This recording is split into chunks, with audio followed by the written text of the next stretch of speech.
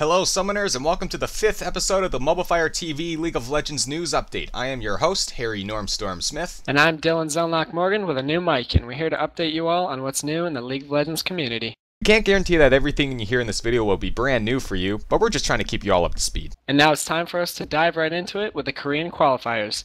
In their Little Redemption match, KT Rolster completely stomped on CJ Frost to bring themselves to the finals. In what was essentially a repeat of the OGN Summer Championships, SK Telecom beat KT Rolster in 4 games this time instead of 5, sending them to Worlds. And in the Chinese qualifiers, Royal Club beat OMG in 3 games to 1, sending both teams to Worlds, with Royal Club taking the semifinal slot and OMG going to the group stages. So now it's finally time to see our group stages at Worlds. In Group A, we've got OMG, Lemon Dogs, SK Telecom Team 1, TSM, and Gaming Gear EU. And in Group B, we've got Samsung Galaxy Ozone, Mineski, Gambit BenQ, Fnatic, and Vulcan Tech Bargains. And moving on to the Thailand Grand Championships, in Group A, Team Flashback beat the Team IM Bronze 5 in their match, and Neolution Esports tied anti-conceded players.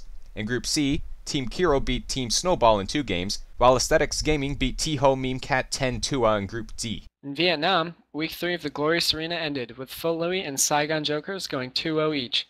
Going 1-1 this week with Saigon Fantastic 5, Boba Minions, X Game, and Hanoi Dragons.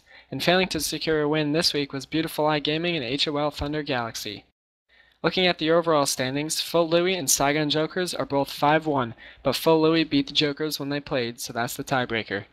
The same applies to Saigon Fantastic 5 and Boba Minions, who are 3rd and 4th with 3-3 records, and with a giant 4-way tie for 5th place with 2-4 records each is Beautiful Eye Gaming, HOL Thunder Galaxy, X Game, and Hanoi Dragons. Back in North America, we had the 4th GGLA tournament where Team Coast actually participated from the LCS. Coast swept through Complexity Academy and then Denial Esports West before meeting Denial Esports West again in the finals, where Denial Esports showed the power of the Challenger seed and took Team Coast to a Game 5 before finally admitting defeat. Still in the Challenger scene but now in Europe, the Copenhagen Wolves completely obliterated everyone, again like they always do, sweeping Reason Gaming in the finals.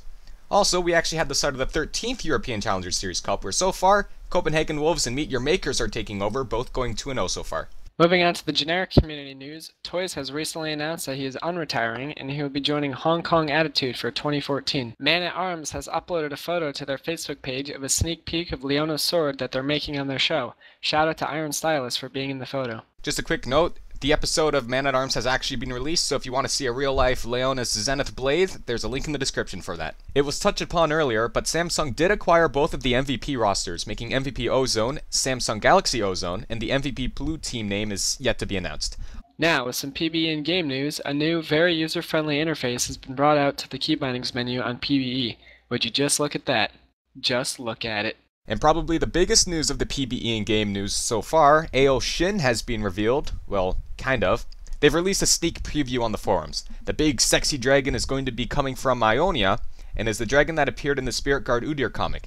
It's worth mentioning, however, that this champ is apparently not the next new champion, so we'll keep you posted on that. Currently on PBE is the new Garne visual update. Garne wasn't quite a native one compared to other champions, but Riot calls Garne a low-risk, high-reward visual update, and it's just a quick little update before Season 4, where you can expect a huge Sivir, Scion, Donger, etc. reworks. Now on the live servers, it's been discovered that you can use HTML on your friends list and in your friend notes, as well as to your friends who are in-game. With these tricks, I've spammed GG in big letters to my friends while they're playing games, tricked all my friends into thinking I'm Challenger, and now Why You Tweakin' has this nice Rainbow Tarek friend description. Before we wrap things up, it's time to take a look at what's to come in the pro scene next week. Continuing for the next couple of days will be the rest of the 13th European Challenger Series. And starting later today and continuing on until September 11th will be the MobaFire Challenger Series. In the first rounds, we've got Complexity versus Complexity Academy, To Be Determined versus Cognitive Gaming, Denial Esports West versus Infinite Odds, and Curse Academy versus New World Eclipse. And starting on the 11th will be the LNL Winter Qualifiers. Teams will battle it out for a month, as the top 7 teams will qualify for LNL Winter, as well as with the top 3 teams going on to the 2014 GPL Winter joining the Germania Bears. And of course, next week on the Sunday will be Worlds starting, and we definitely don't want to miss that. And that sums up the League of Legends community in the last few days. If you are interested in knowing when more League of Legends news videos are released and like League of Legends content, don't be afraid to subscribe to the MobafireTV channel as well as my own channel, Twisted Pizza Dude. And don't forget about my channel, which is Exothermite. Thanks again everyone for watching, and Noah will be seeing you guys on Thursday with some more League of Legends news.